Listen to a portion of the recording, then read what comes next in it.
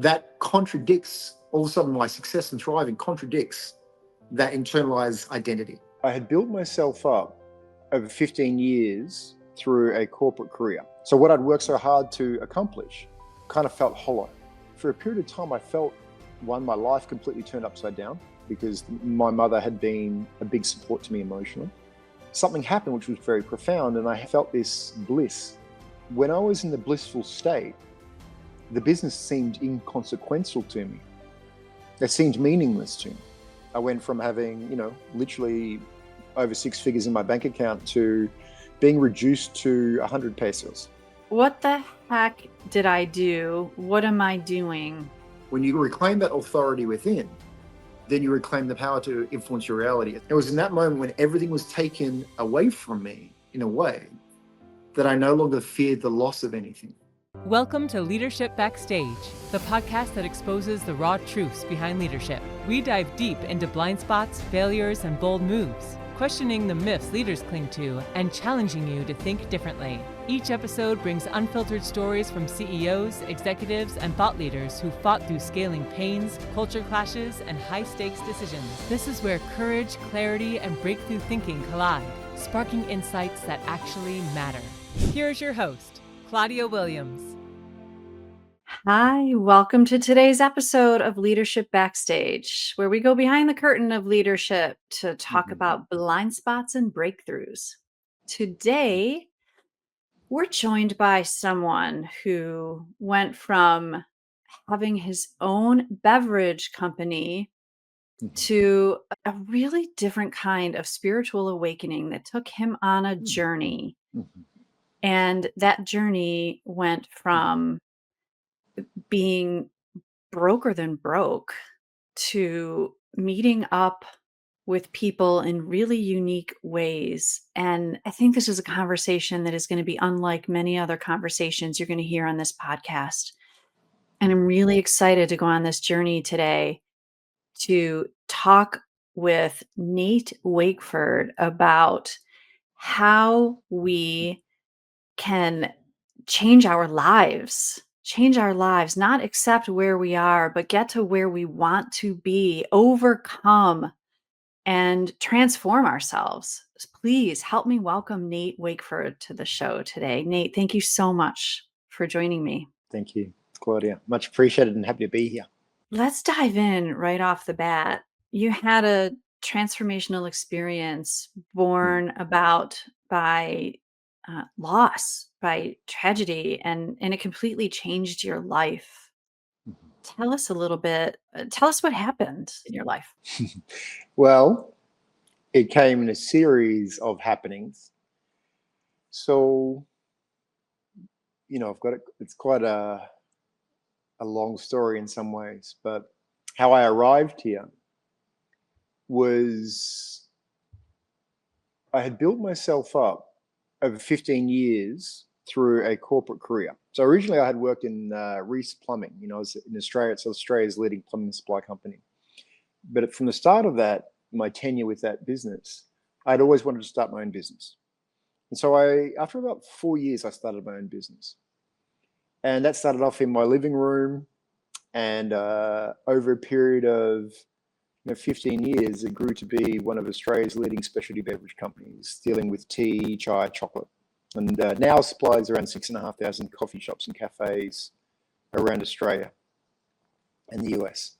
So around COVID, I felt this compulsion that something needed to change. I'd reached a point of comfort in my life where I was obviously still working, but I was losing ambition. I was losing motivation because more success didn't equate to more fulfillment for me. So we put on another $1 million, we put on another 1,000 cafes, we do whatever we were going to do. I'd already traveled to a bunch of countries around the world. And I've been to about 40 countries. I had set up Australasia's Specialty Tea Association. I set up the leading tea brewing competition in China. I was a keynote speaker in the world stage for tea in the World Tea Expo, a dignitary or like an ambassador for tea in China. And my whole world had been that. I'd traveled to 180 tea farms, and I had built myself as far as I could take myself in some ways in that industry. And I no longer had it no longer offered opportunity for growth. Now, that was from a business perspective. We were supplying some of the leading, like Google head office, Twitter head office, majority of the top end restaurant groups in Australia, 100 and something odd coffee roasters and distributors. So it was no longer fulfilling for me. I'd reached comfort, a point of comfort, and that something was missing. So what I'd worked so hard to accomplish kind of felt hollow. And I couldn't ignore it. That's really powerful, what you're describing, success and comfort and things that a lot of people strive for. And yet here you are saying you're describing an emptiness that you got to what a lot of people work to achieve, and yet you're not happy. And it was, we specialized in organic tea. We'd help to convert, with our tea supply, 180 organic farms, farms to organic farming practices. By all accounts, I should have been happy. You had money. Well, we could have had more money, but certainly by the average person, I was in a very comfortable place, meaning, multiple six figures package, kind of thing, and work, the ability to travel, my expenses paid for, and, all that sort of stuff. And so by accounts, you would think that would be something that you would be content with and just settle on. But something in me was not fulfilled and not satisfied. And the business was fantastic. I had a great business partner. We had a high degree of harmony. I had the freedom I wanted in a lot of different ways. But I still was missing something. And because I was living kind of two separate lives. About 3 years into the journey, my mum passed away. And that triggered a spiritual awakening of sorts, where for a period of time, I felt, my life completely turned upside down, because my mother had been a big support to me emotionally. And so obviously I was going through a grieving process for that as well. But on the other side, I had been awakened to something that had taken me on beyond the awareness of the physical realm into a realm which I didn't have awareness of or exposure to. Something happened which was very profound, and I felt this bliss. And it lasted for about a period of 5 days, where I would say I had access to some sort of supersensory ability, a spontaneous awakening of sorts. And I lost it after about 5 days. And then so what that did was it set me on a path to want to experience that again, that blissful state. And it was like I guess the closest I could kind of describe it was a place of knowing and a place of connection to all. And it's going to sound maybe weird for some people who are going to hear this, but I could feel the emotions of trees. I could travel to places that I've never been before and know how to get there. I had just a different way of perceiving life, which was nothing that I had experienced before. But this was vivid to me. And so people are listening and thinking, oh, Nate, you were experiencing profound grief. You were experiencing mental anguish and just horrific grief in the wake of loss. So, what do you mean supersensory? Give us an example. It was the opposite. I almost feel I was given a correction that had a slingshot effect of my consciousness. Whereas before I was motivated for material success. And I wouldn't say I was a bad person. I just placed material success over relationships in some way. And so what happened to me was I had the most important person at that time taken out of my life. And that happened when I lost the most important person at that time in my life. The removal of that relationship, because my mum, who had been my emotional support, a financial backer, dad supported as well, but mum was forefront in this journey.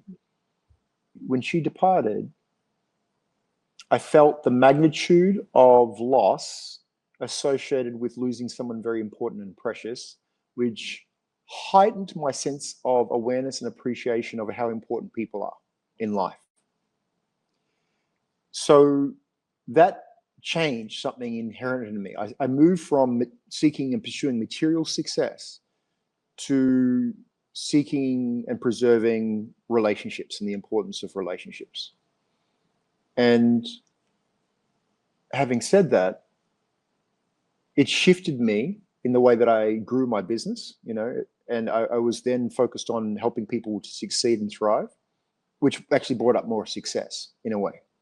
But I did something else which was kind of impactful. I then had a taste of a reality that was not part of my business trajectory. Say more. When I was in the blissful state, the business seemed inconsequential to me. It seemed meaningless to me. And that was kind of shocking because I was devoting, in the early stages of my business, 90 odd hours a week to making my business succeed. And then all of a sudden, in an instant, I feel this bliss moment, which questions that I was doing anything of relevance, because nothing seemed as important as the state of unity that I experienced in that very short period of a few days. So I became obsessed with personal growth and evolution in a spiritual path, in a spiritual way. I took up meditation, I did deep inner work, I did trauma resolution, I did silent retreats, I did plant medicines, I did, if it was a way to try and get a glimpse again of that expanded sense of unity consciousness, that's what I wanted to experience.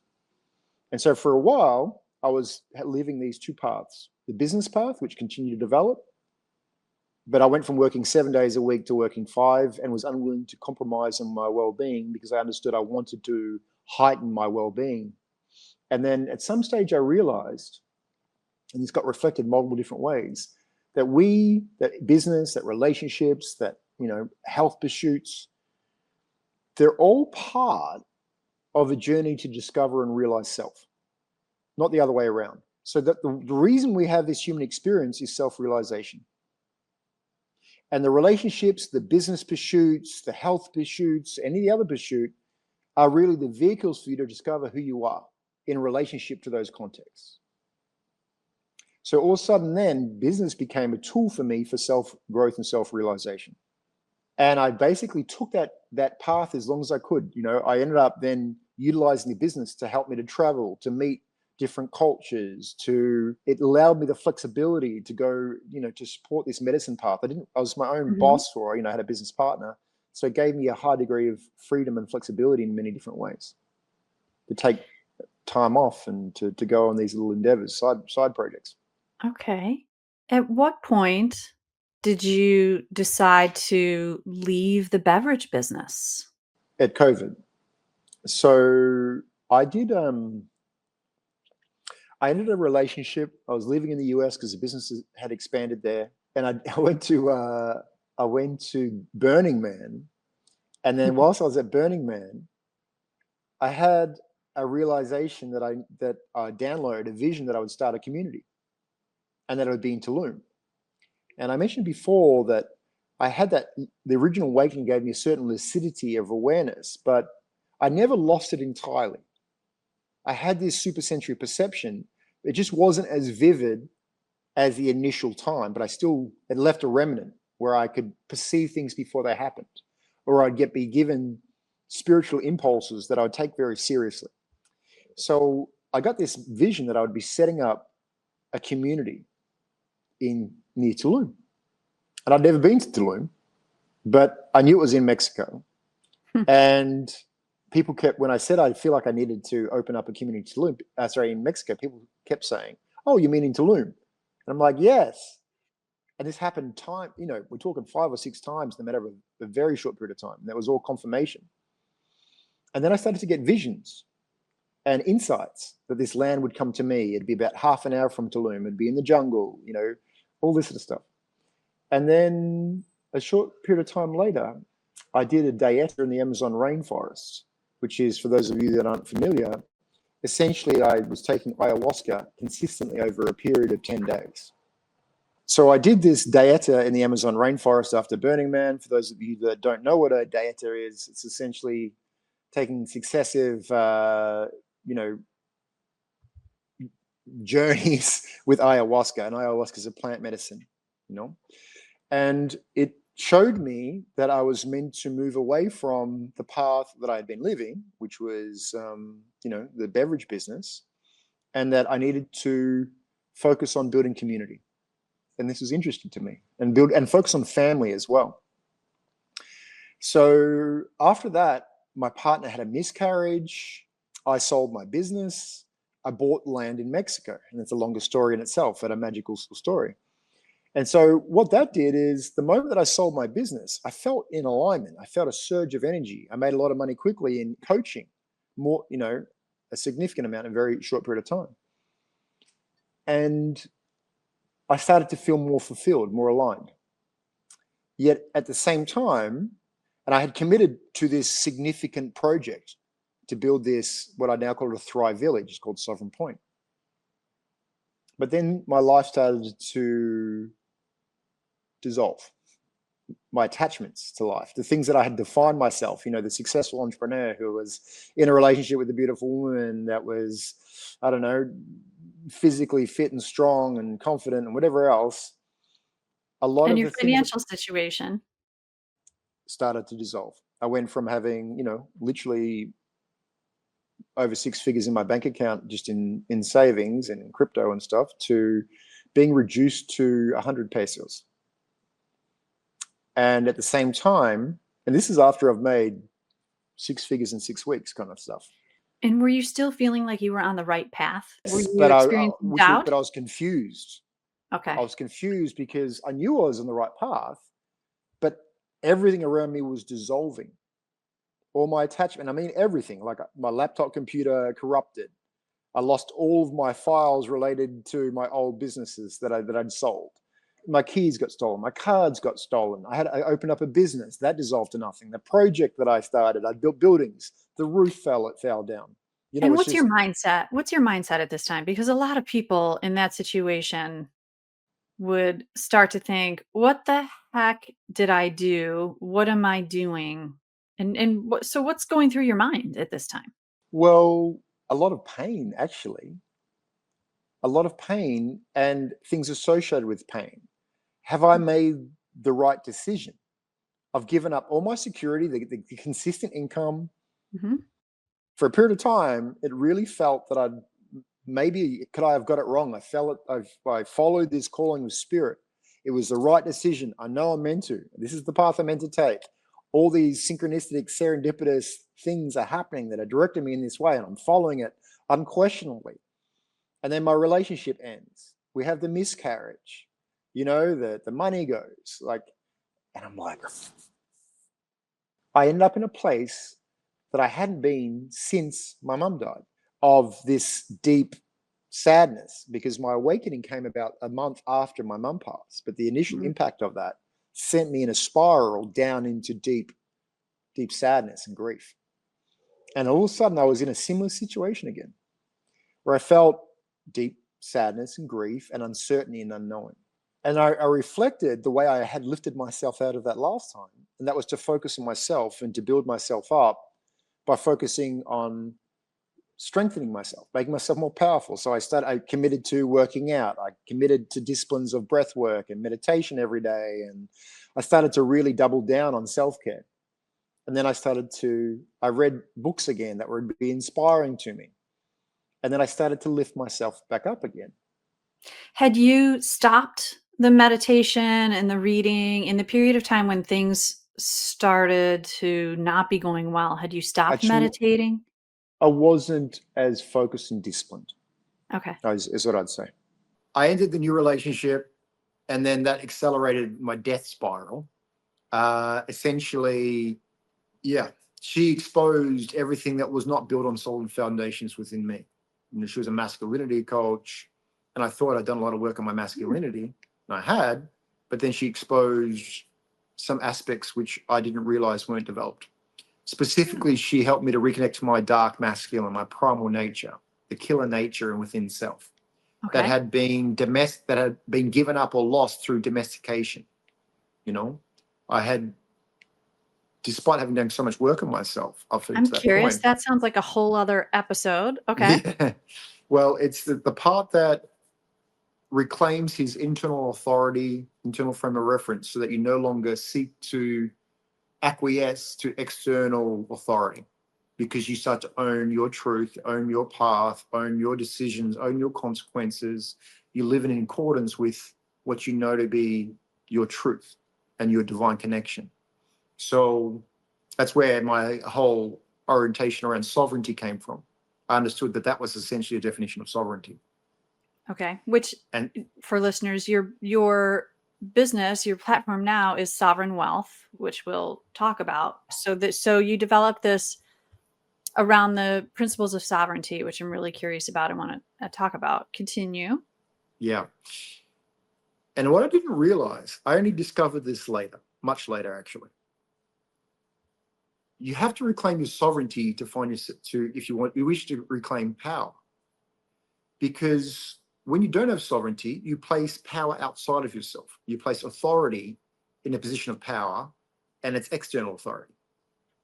When you reclaim that authority within, then you reclaim the power within, the power to influence your reality, as opposed to deferring, being a victim, blaming others for the reasons why you aren't living your life how you want to. You're sick of situations, circumstances, institutions, organizations, whatever it is, people, family, that are external to you, Yeah. which is not true. The moment you reclaim your sovereignty, then you have the power to influence your reality. To me, it sounds like you're saying that the nature of victimhood, we can blame others for our circumstances, for our situations, for where we are, for what we're doing, or we look at it and say, I'm responsible. I make choices. I make decisions. I choose my path. I own my path. Mhm. And I can choose to stay on the path I'm on. I can choose to do something different. Whatever it is, it's all up to me. Okay. It goes deeper, because the way that we get taken out of that internal authority is when we seek things that we deny in ourselves externally. We seek love, appreciation, validation, acceptance, approval externally. And when you stop doing that, you start to acknowledge that you have the capacity to fulfill those needs within. That's when you become powerful. And often Okay. you Can I give discover you an that power. example? When I joined you today, before we hit the record button, and I said, today's the day my podcast launched. So you and I are recording on the day my podcast launched. And I said, oh, I feel sick to my stomach. As if I'm seeking validation for who I am and what I'm doing Yes, from the external right. world. Or that your value could be Mhm. questioned by anything externally, or could be Yeah. impacted by anything externally. I know internally I am receiving value from the conversations I'm having.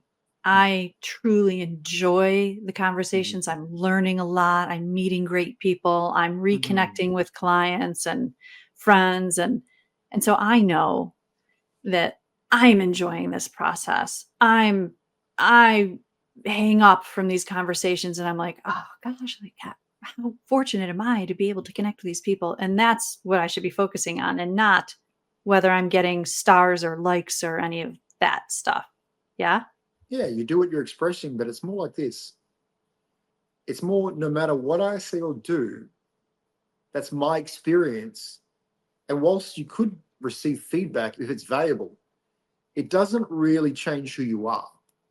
My impression or opinion of you, I'm no expert on you. I met you a few minutes ago. You're relative, well, we had a previous call, but I don't know who you are. I don't know your history. I don't know all your life stories and tribulations and what you've overcome and all the magic you've created in your life. I know none of that, or very little of that. Mhm. So who am I to be the assessor of your value? I don't know how much good you've done in the world or what you've created or anything like that. So I'm certainly not an expert to decide your value. And take that deeper. You're the one who decides your value if you feel you're living in integrity and alignment with your highest expression and truth. You know that. And the path that I mentioned is from that deep pain point when my will dissolved, when, I'd sold my company and my finances dried up and I had issues with my project that had stalled, and I had investors then that were starting to question if the project was going to go ahead, and I had another business fail, and I broke my ribs, and I, got to a point where I couldn't even afford to pay for my rent, my food, fuel for my car, buy dog food or anything. It was in that moment when everything was taken away from me in a way that I no longer feared the loss of anything, which is is one of the ways that I was giving my power to external things, is a fear of loss. Because I'd lost my mum, who was a precious person in my life. That fear of losing something precious then had liberated me, but then I carried a trauma or a pain associated with having lost something very precious. It sounds like you, at the time, you had practically nothing left to lose, nothing tangible left to lose. You let go of the fear of loss. Correct. And I learned some other things. I learned humility, I learned abundance, I learned power. But the deepest thing is I learned that I was held by God, because I had no other choice at that point. And I'm a smart guy, and I had learned how to make money very quickly, and I had brought in clients, but often something would happen. It would be taken away from me. And it seemed like it didn't matter what I created, it would be taken away from me. Because again, the woman who had helped me to create this, she was taken away from me. Only to discover that I had been the one who created it all along. I had, up until reasonably recently, had formed a subconscious belief, even through my business years, that I needed someone externally to help me to succeed. Because my mum had helped me to succeed. My business partner had helped me succeed. So I had two lessons. One was I do need people in my life. I'm not an island. But at the same time, is my success isn't dependent on an external reference, because I was placing power, even at that point, in the hands of someone else. And it was like, no, you need other people, but power remains within yourself. So how do you take this? How did this become sovereign wealth? How did you take this and what you learned and transform it into a way to help others overcome either what's holding them back or become better and best versions of themselves? Well, when it seemed like I'd obviously become successful in business, I then followed a spiritual path. I then found a deeper calling. I'd reclaimed elements that were giving me fulfillment. I found that I was living in alignment and living my truth. But then I needed to build myself back up again. See, what happens is when you go through a spiritual awakening, everything that is part of you that isn't in alignment and isn't in truth, in some way will be taken from you, will be dissolved nothingness to create space for you to discover your true nature. And so when I rebuilt myself, but freed of the restrictions and limitations that I had been placed, free of the attachments, the last relationship is where I really learned where I had been seeking love and was attached to that. Because when that relationship ended, it was like, I'm in this void. So what I discovered is I could come to peace in the void. The void is a place of pure possibility. You don't know that when you're going into the void. The void is the place where anything and everything could happen, free of the restrictions and limitations that you've been conditioned to believe. When I built myself, when I firstly came to peace with the void, it was like, well, God, direct me. What am I meant to do? Show me. So even when I was in that void, I was still showing up. I was still running retreats. I was still helping people, but it seemed like I was being held almost artificially till I got some deep spiritual lesson that I didn't know that I was meant to get. But then I realized what I was doing is I was reclaiming my sovereignty and power. The sovereignty comes when nothing can pull you away. So when all the things that you fear losing, you no longer fear losing because that has already happened and you survived it, then you start to become very strong spiritually. You start to become non-attached. You start to have an internal frame of reference. You start to have this divine guidance that you rely upon. You start to pursue self-realization and not in the denial of material wealth, just not motivated or driven by it or reaching for it. It starts to become the expression of the value that you create, truly. And you acknowledge that reciprocity. And you no longer tolerate people, situations, circumstances that don't acknowledge your value and your contribution. So you do become more powerful, but just not attached to this external thing meaning something about you. I keep coming back to this fear of losing that you keep talking about and describing. Mm-hmm. And I was just in a meeting the other day with some peer colleagues of mine, and we were talking about how we don't fear change. What we fear is loss. And you're reinforcing this for me right now, that what holds people back from making the changes they need to make, that deep down we know we're not happy, we know we don't like this job, we know we don't like this company, whatever it is, and you're describing it, and you hit a point where you had nothing left to lose. I And also face discomfort. The other yeah, part to that is people fear loss of comfort, whereas the comfort was killing me.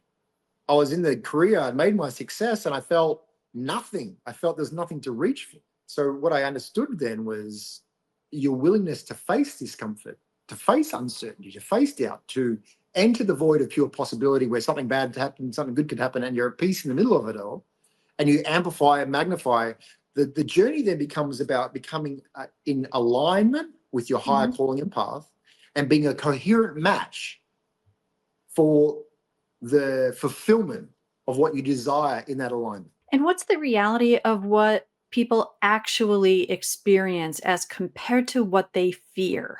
Well, fears often exist in the mind, and we often perceive things being much worse than what they are. So even in not having money, not being able to buy food, there was a freedom at one level. There was a shattering of my identity and what I had held myself up to be. But then all of a sudden there was this, I started experiencing miracles. I got offered a place for 2 months to live. I got offered a basket of groceries. Now, keep in mind, I had never taken charity from anyone or borrowed money from anyone for my whole corporate life, other than when my mum and dad helped me with my education. So it was a deep, deep humbling, a deep shattering of pride and ego to find myself in that situation. Especially in the context of I was the successful guy who was loaning people and it was all that. And spiritual lessons are not always the easiest ones to receive because they hurt your ego. Ego gets shattered, you get humbled. But once you get humbled, you're not afraid anymore of threats to your ego, which is what you're describing at this call of, someone might not perceive me well, or I might be judged, or I might judge myself because someone else judged. You just don't care anymore. You can be messy, you can be dirty, you still show up in ways to optimize how you perceive perhaps, but you've got a greater strength in your own conviction to who you are, what you stand for, because you're living in accordance with truth and not living for validation, acceptance, approval from someone else, because that all got taken away anyway. And you described earlier how important relationships are. Aren't those moments when we see and experience just how important relationships are? That's when people really do show up. Well, that was part of it, and that was another lesson. So I didn't see that straight away, to be honest. Okay. It took me breaking my ribs to the point that I couldn't use the bathroom, change myself, make myself food, go shopping, walk on uneven ground. Anyone who's broken ribs, and I did a good job of it. Wow. And in the meanwhile, I saw someone else. He had a WhatsApp group. He just cut his leg. He'd organized a WhatsApp group, people doing his washing. They were bringing around food, doing his shopping, creating meals for me. And here was me saying I didn't need anyone. And in Australia, there's a whole thing around masculinity where like, should be right, mate. Your arm's hanging off. You'd be right, bit of a flesh wound. Just a Monty Python flesh wound, just a mere flesh wound. That kind of mentality. And I'm like, that sucked. I did not play that right. And so I learned, no, I need people. I just don't need to give my power to people. So that's the difference between asking for help and seeking external validation. You got it. So asking for help doesn't mean anything about my worthiness, my deservedness, or anything. I need help. That's it. Okay, it's okay to need help. That's fine. And it doesn't make me less. But I'm not seeking help to compensate for some inadequacy within myself. I just need help. So I was getting all these spiritual lessons. And before in my project, I was trying to please people or not disappoint people. This is a big one. I was trying not to disappoint people. Yeah. Because I'd grown up in a family where you did well. If I got A pluses and A's, and if I got a B, then that was a problem. And I received it, even though it wasn't intended that way, as a conditional love. And so I spent a lot of time trying to avoid disappointment by doing enough to make sure that I would be perceived in a certain way that would have love, affection, and approval. So the crux of it is I started to really anyone who's, done NLP or any sort of past life regressions, or even you start to realize that your psyche gets formed by life events, typically traumatic events, and sometimes not even intended as a traumatic event. It's just happens, and you read it in a certain way from less than full information, and you get traumatized by it. Tell everyone what NLP is. Neuro-linguistic programming. It's Yeah. part of one of my modalities of healing, but yeah. That idea of being a pleaser and doing things for the purpose of seeking praise and seeking validation. I was a junior in high school, and the first quarter of grades came out, and I had an 88 in math. And the teacher comment was absence affects achievement. I was late. Math was my first class of the day, and I was getting a ride to school with my cousin who lived next door to me every day. And we were 10 minutes late to school every day. My cousin was habitually late. So right after those grades came out, my dad, I'm walking down the hall, and my friends are saying, Claudia, your dad's here. Your dad is talking to Mrs. Williams. Her name was the math teacher. And I was like, oh my gosh, what is my dad doing here? And he showed up to find out what did absence affects achievement mean, and why, because I was a straight A student, why was I getting below a 90 in a class? Tell you what, I had 100 in math for the rest of the year. 100, right? Because I had to be perfect. So with the origin of perfect, or the origin of the desire to become perfect, comes from shame. Listen, I did not want my father walking around the halls of school again. Avoidance of shame. Yes. So this is how the family I grew up in as well operated, and it was not done through malice. No, it was not intended to be mean or anything, but it was horrifying nonetheless. Right. So these are the things that shape us. Yes. So here's the crux of it. What's preventing you from taking risks to make yourself successful is often your subconscious fears, the things you avoid that could be true about you if you don't succeed. Or on the other side, people fear greatness. Because if I was to allow myself to create myself as someone extraordinary, I'd have to give up all these limitations in my worthiness, in my deservedness, in my value as a human being. And if I've spent my life conditioned to think that I'm something less, which is what shame is, an internalized sense of there's something wrong with me, that contradicts, all of a sudden my success and thriving contradicts that internalized identity. And this is where I start to realize what I was doing when I was leading people into the void and helping them to let go of their traumas and sufferings and all this sort of stuff. I started to realize what I was doing is I was transitioning people's identities to become a fit for what they desire. And when someone reaches the end of their identity in terms of what that identity affords them as a life experience, that identity has to be shattered to make way for the identity that's a fit with your actualized self. And we will go through these maybe even a couple of times through our lifetime. Maybe we've all experienced some significant life event that changed us dramatically, but that through that significant pain and trauma, whilst we couldn't see it at the time, sometime later we realize, oh, that shaped me in this way. I become more powerful in this way. I become more actualized in this way. And I realized that that's what had happened to me, partially by my choosing, when I left the comfort of my company that I sold. Partially, I could have never predicted what I had set myself up for. But it was also because I chose something quite profound. I want to create I'm in the process of creating a new template for humanity, these Thrive villages that would be my legacy, that would create an environment called home, that was born out of that moment of COVID where I no longer felt the place that I'd grown up to in Australia was my home anymore. And then I felt this deep, and I'd felt different to my family. I felt because I was the person that didn't buy into pressures from media or other things. I was like, again, I'm very passionate about sovereignty and choosing what I want to do in life, not what some institution or government's going to tell me what to do. And so it was in that, this sovereignty, I didn't understand what was happening, but I was getting pressured or pushed on by my environment to reclaim my power in the context of pressures from society and authority external. Yeah. And then I realized this sovereignty is the path to personal empowerment.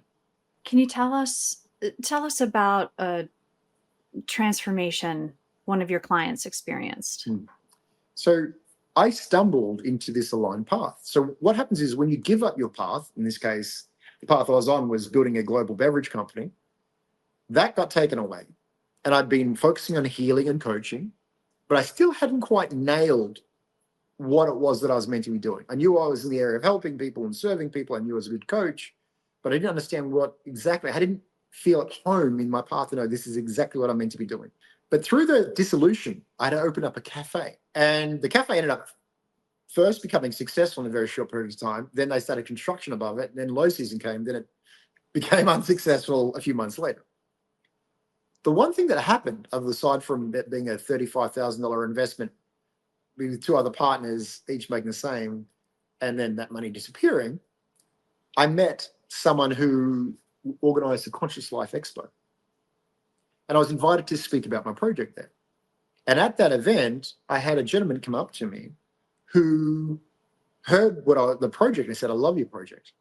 I love what you're doing, and I want to be supportive in some way. And so I stayed in touch. And a few months later, I happened to call him at a time when he was in significant emotional pain. And so I started talking with him. He said, look, I'd love to invest in your project, but I can't right now. He was being supported financially, even to support his family. He'd been working on this project for 14 years. He was in a legal battle with a business partner that then duped him and pushed him out of the project. He had started again on the project with another business partner who somehow he had found himself again in a position where 50% of the IP should have been his, but it was held in this company that he wouldn't get access to until this funding came. So he realized he'd somehow duped himself again, where he didn't even own this share of the company, that he was now building a second time. And so he's in overwhelm and stress. I've created this problem for me again. So like I mentioned, I preserved a lot of these gifts, and I read his field, and then I saw that it related to his father. And he's driving home from his way to work. He has to pull over, and he's just streaming with tears as he sees what I showed him in his subconscious that was creating this scenario. He was finding ways to smash his success in order to be loved unconditionally by his father at a subconscious level. And from that moment, the very next day, after our first session, $200,000 came to him unexpected. This is from him being in a situation where he was being loaned money, $20,000 a month, just to support his family, and going down a spiral to money just coming out of nowhere. From that moment, the business partner that was holding his IP left the business and gave him the IP. Then he brought in a new business partner. He got 50% of the business. He got approval now from 11 different financial institutions to the tune of $1.5 billion US, and getting him 3 site approvals to locate these. He's working on entertainment complexes. His vision's coming to life. That happened over the period of a year. It sounds like you're teaching people how to live the concept of what you put out into the universe is what you get back, and that you actually have control over that. It does come from within you, and that you can control that. I would say more specifically, not what you do, who you are, what you have reflected. This is identity. Yeah. This is who you are. You're a match for what you're experiencing right now. So you don't just change what you're doing, you change who you are. Who you are is a collection of all your prior life events and experiences that shaped who you are. Often in your childhood, but if you're open to the possibility, from your past life experiences as well. Mm-hmm. When you change who you are, because you change the life events that created who you are, you open yourself to possibilities of someone else. Who you're becoming is the refined sense of self that recognizes their divine nature, that recognizes they're free of limitations and restrictions, free of indoctrinations, free of external controls and authorities over them. They're sovereign in a divine, and can directly align and connected to divine will and divine expression, where there is infinite possibility. And so the undoing of the programmings, indoctrinations, is what helps you to discover, kind of like Michelangelo, you chip away to discover who you truly are outside of all the things that have been placed on you that limit you. And that's where you into the realm of what I call exponential trajectories, exponential wealth. These are people that go from being loaned $20,000 a month to support their family from friends to within a year owning 50% of a $1.5 billion raise, the company. I'm working on another, all of a sudden I realize this is an area. These are people who have profound missions in life that have made a lot of success at different times. But now at that junction point of going, hang on a minute, my life, for whatever reason, whether it's divorce, a health crisis, something's happened, or this deep calling that they need to be doing something different and they sell their business, whatever, to connect them with their aligned path. And as I mentioned before, my work is really to help people to come into alignment with their divine path and then operate from an identity that is coherent with the fulfillment of that path. And I do that by removing traumas, impressions that have been made on that person's identity, and reprogramming, recoding that to create an identity that's aligned with their divine path. I love that you're working with people to help them reframe and understand that life is not happening to them. You know, this concept of past lives for those who are in tune or have a system of beliefs, but we're in this gig right now. Who doesn't want to make the best of it and explore all that is possible while we're in this right now? What do you do? What do you like to do for fun, Nate? What do you do in your free time? Well, a lot of my life is about optimizing my experience of life. So me and my partner are very focused on that, you know, at one level. We're all about life optimization. So that's what my legacy project is about as well, which is optimizing our environment. I'm creating a whole mini city where every single element of that city is created, like to create a terrain, an environment where you thrive, where humanity can thrive. Everything from the food to the entertainment to the well-being, holistic well-being practices. So what my activities are typically things which become a research project to integrate those into my life, to be part of it. So sometimes that's, you know, I'm living in an amazing environment right now in Tulum, where I've got access to the beach, and it's a very free environment, and the food is real and tasty. Fresh. It's grown fresh. You know, it's off the back of some truck that's from the farmer who's grown it. You know, there's some things that I remember from my childhood, because I grew up on a farm where we grew our own food and had our own cattle and stuff like that. And you can go to the rancher and still get access to that. You know, things like that. So, and then there's meditation, and then there's healing ceremonies and ecstatic dance, and there's all these different things. There's yoga, there's love making, there's all these things that we make a priority to optimize our environment. I'm massive into polarity, and how do you maintain polarity in relationships so that you each bring out the best in each other. I'm hugely passionate about quality and craftsmanship. So I seek out the best place to buy a certain thing, or the best place to have a coffee, or the best place to have a meal if I'm wanting something. I seek out technologies, people, healers that can unlock other things within me. I'm quite obsessed by this because I'm about optimizing my human experience. When you say you're building like a mini city, you have a community? You're all like, give us a kind of a verbal visual. It's called a Thrive Village.